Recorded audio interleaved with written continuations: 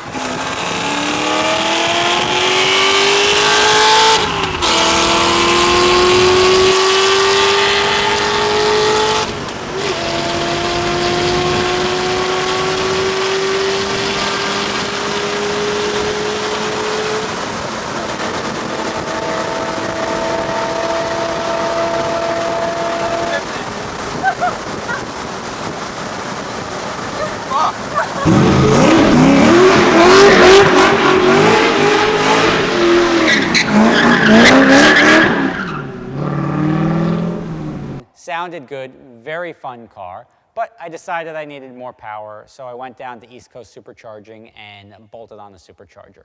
And then you get this. This year I had to decide whether or not I was going to keep the Vette and make it fast, or sell it and get something else. I decided to make it fast, so I shipped it down to East Coast Supercharging, where they tore the car apart and installed a forged 346 cubic inch motor. Upgraded the fuel system, added Cook's 1 7/8 inch long tube headers with a 3-inch full exhaust, a new RPS clutch, the Paxton Novi 2000 head unit with a big ass intercooler, and a bunch of Stewart Warner gauges. The original dyno on the car was 702 rear wheel horsepower and 665 foot-pounds of torque. Here's some footage from the 1,000-mile break-in period, including Noah's first ride in the car.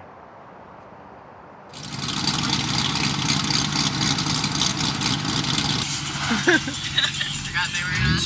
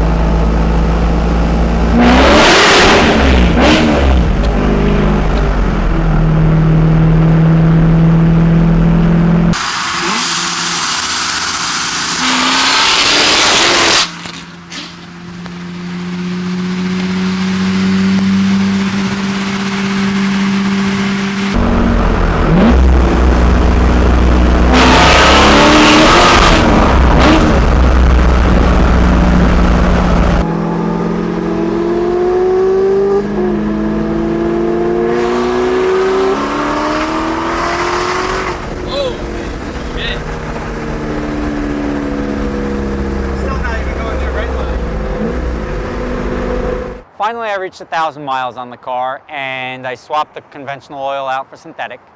Took it out, first pull, went to record it on video, broke my training. What can you do? You gotta work kinks out one at a time.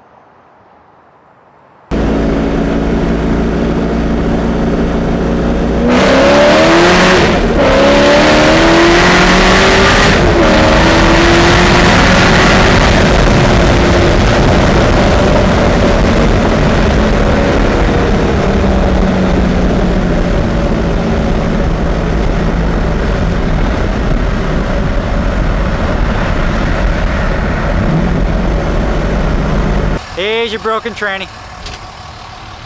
That should be good.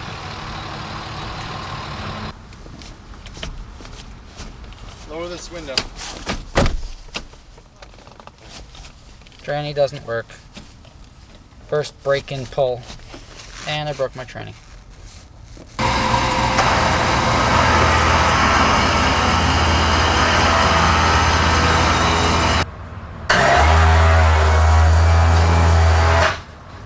Break.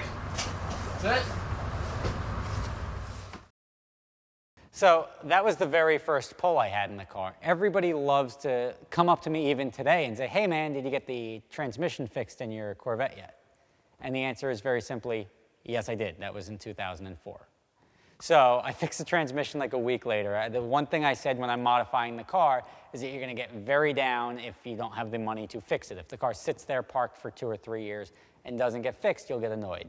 So the promise I made myself is if I'm gonna modify it, I'm gonna have money reserved every year to keep it running.